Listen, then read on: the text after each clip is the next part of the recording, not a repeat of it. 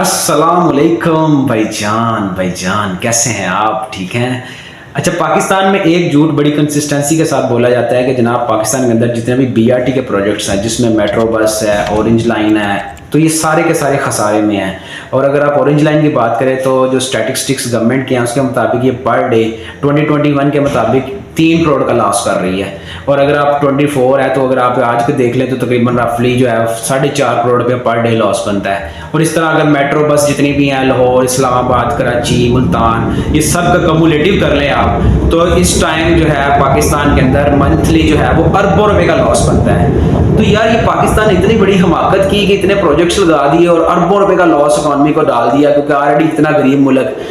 तो ये क्या मतलब, ये इतने पागल हैं? तो आज जरा इस चीज को लॉजिकली समझता हूँ, मैं आपको बताऊंगा कि ये नुकसान नहीं है, ये आपका फायदा है। लेकिन किस तरह इसको जरा समझने की जरूरत है, क्योंकि हम लॉजिकली नहीं समझते। इसको जरा लॉजिकली देख लें। आप ज्यादा दूर ना जाएं, आप जस्ट इंडिया को देख लें। इंडिया तो वहां पे जनाब इस टाइम जो दिल्ली मेट्रो है, जो पाकिस्तान के ऑरेंज लाइन ट्रेन के मुतरादिफ ये कॉपी पेस्ट मॉडल है, तो वो तो है जनाब 350 किलोमीटर के अराउंड उसकी लेंथ, पूरा स्पैन जो है उसकी लेंथ का। क्योंकि पाकिस्तान की जो ऑरेंज ट्रेन है ये तो तकरीबन है 27 किलोमीटर के ऊपर, जिसके 26 स्टेशन है। और उनकी जो दिल्ली मेट्रो है उसके तकरीबन 150 से ज्यादा स्टेशन हैं। और उनके जो स्टैटिस्टिक्स जो गवर्नमेंट इशू करती है, तो हर मंथ जो है उनको जनाब 3,800 समथिंग करोड़ का लॉस होता है। इंडियन रुपीस की बात कर रहा हूँ, अगर आप पाकिस्तान में कर लो तो ये डबल हो जाता है। तकरीबन आप रफली कह लेंगे 4,000 करोड़ का उनको मंथली लॉस होता है। और इसके अलावा उनके भी वहाँ मेट्रो बसेस का सिस्टम है, 12 से ज्यादा मेट्रो बसेस हैं वहाँ पे, प्रोजेक्ट्स हैं 12 से ज्यादा।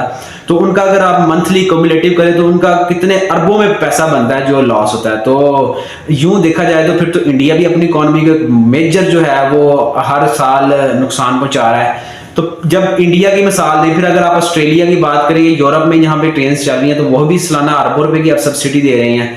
तो लेकिन जब उनकी बात की जाती है तो लोग ये कहते हैं जनाब वो तो इकोनॉमिकली स्टैब्लिश्ड है, उनके पास तो पैसा है, तो वो तो दे सकते हैं सब्सिडी अपनी आवाम को। हम कैसे दे, हमारे पास तो पैसा नहीं है।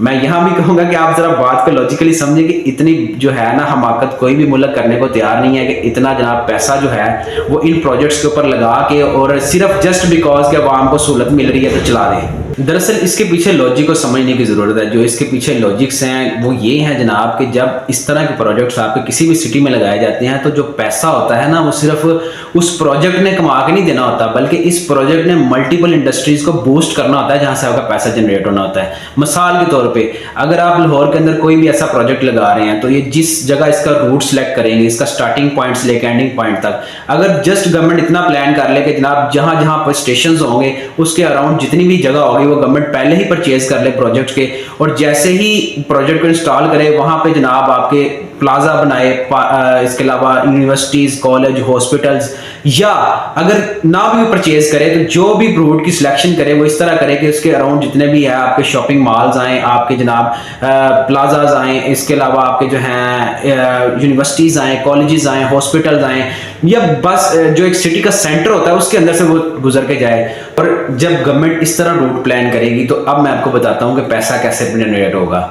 सबसे पहली इंडस्ट्री जो इस काम से उठेगी वो होगी रियल एस्टेट की, कि जिस जिस जगह से जो रूट लाइन गुजरेगी वहां पे जो रियल एस्टेट का बिजनेस होगा वो पहले से डबल हो गया होगा। मार्केट वैल्यू जो है वो चीजों जमीन की डबल हो गई होगी, फर्स्ट ऑफ ऑल। सेकेंडली, जिन जिन जगहों से ये रूट गुजरेगा वहां पे इर्द गिर्द जो प्लाजाज होंगे, बिल्डिंग्स होंगी, कमर्शियल बिल्डिंग्स होंगी, तो जितनी भी कमर्शियल एक्टिविटी, आपकी इकोनॉमिक एक्टिविटी है वो सिटी के अंदर बूस्ट कर जाएगी।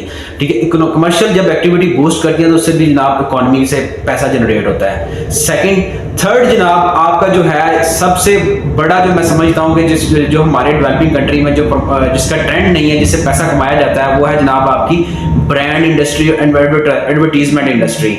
मिसाल के तौर के ऊपर अगर आप क्रिकेट बोर्ड की पाकिस्तान की बात करें तो पाकिस्तान की क्रिकेट बोर्ड जो है टोटली डिपेंडेंट है अपने रेवेन्यू के लिए मुख्तलिफ ब्रांड्स के ऊपर, ब्रांड प्रमोशन करके, और इसके अलावा एडवर्टीजमेंट के ऊपर और व्यूअरशिप के ऊपर। तो अब वो इन चीजों के साथ अपना पूरा एक क्रिकेट बोर्ड का सेटअप चला रहा है। तो इस तरह जब एक प्रोजेक्ट जो है इस तरह का ट्रेन का या बस का किसी भी ब्रांड प्रमोशन या इस तरह की एडवर्टीजमेंट का करना स्टार्ट करेगा तो उसकी एक इनकम का सोर्स यहां से जनरेट हो जाएगा।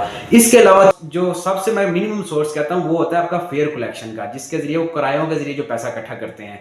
ठीक है, किरायों के जरिए जो पैसा इकट्ठा करता है वो आपका हो गया एक और सोर्स। इसके अलावा जो सबसे बेसिक पर्पस होता है कि आपकी आवाम को जो फैसिलिटी मिलती है वो जनाब आपकी आवाम जो है वो पुरसुकून सफ़र करती है। इसके अलावा जनाब आपकी जो पब्लिक ट्रांसपोर्ट है वो स्ट्रेंथन होती है। आपकी जो रोड के ऊपर, इसलिए बात है कि जब एक पर्सन जो है वो अपनी पर्सनल व्हीकल यूज़ नहीं करेगा, ट्रेन या इस बस प्रोजेक्ट के थ्रू ट्रैवल करेगा, तो जनाब उसकी जो पर्सनल व्हीकल है वो रोड पे नहीं आएगी। जब वो रोड पे नहीं आएगी तो जनाब उसका जो है वो कंजेशन ऑफ रोड जो है वो कम हो जाएगी। इसके अलावा एक्सीडेंट्स की रेशियो नीचे आ जाएगी, क्योंकि बिजी रूट्स जो होते हैं हमारे सिटीज़ के, उनके ऊपर ज़्यादा एक्सीडेंट्स होते हैं। तो जब उन रूट्स के ऊपर इस तरह के प्रोजेक्ट्स बन जाएंगे तो वहाँ जो एक्सीडेंट की रेशियो वो भी नीचे आ जाएगी।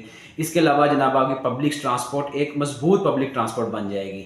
तो यूँ एक तरह का जो पैसेंजर सर्विस का लेवल है वो भी एक उसको भी आप कह लेंगे वो भी अपग्रेड हो जाता है। और ये है जनाब आपके सोर्सेज ऑफ इनकम। और अब मैं आपको इसकी जो है वो रियल एग्जांपल्स जो है वो बता देता हूँ कि जनाब अगर आप इंडिया की दिल्ली मेट्रो को देखें तो वो जब की बनी है, अगर उसके कोविड के जो ईयर्स है जिसमें लॉकडाउन हो गया था उनको निकाल दे तो वो हर साल उसका खसारा कम होता गया है। और अभी उनका गवर्नमेंट का कहना है कि अगर ये इसी तरह चलती रही तो आइंदा 3 साल या 4 साल के अंदर ये प्रोजेक्ट खुद अपना बोझ उठाना शुरू कर देगा, क्योंकि ये रियल स्टेट, कमर्शियल एक्टिविटीज़ और जितनी भी चीज़ों के साथ इकॉनमी कंट्रीब्यूट कर रही है, इससे इसका खसारा पूरा हो रहा है। और जिस तरह इसकी राइडरशिप डे बाय डे बढ़ रही है।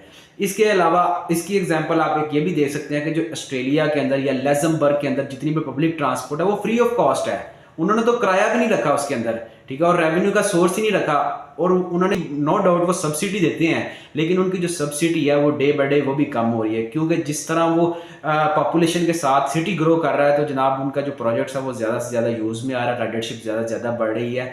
पैसेंजर सर्विस के साथ साथ, फैसिलिटी के साथ साथ, लोगों का टाइम बचाने के साथ साथ वो प्रोजेक्ट पैसा जनरेट करके दे रहा है, ठीक है। तो ये है जनाब एक प्रोजेक्ट्स को लॉजिकली देखने का अंदाज कि किस तरह जनाब ये ट्रेन और बस के जो प्रोजेक्ट्स हैं ये फ़ायदेमंद होते हैं एक सिटीज़ के लिए। क्या इस चीज़ को समझने की ज़रूरत है जस्ट कि इसके पीछे लॉजिक्स और रीजंस क्या हैं। और उम्मीद करते हैं कि आपको ये मैसेज समझ आया होगा। अल्लाह हाफिज़।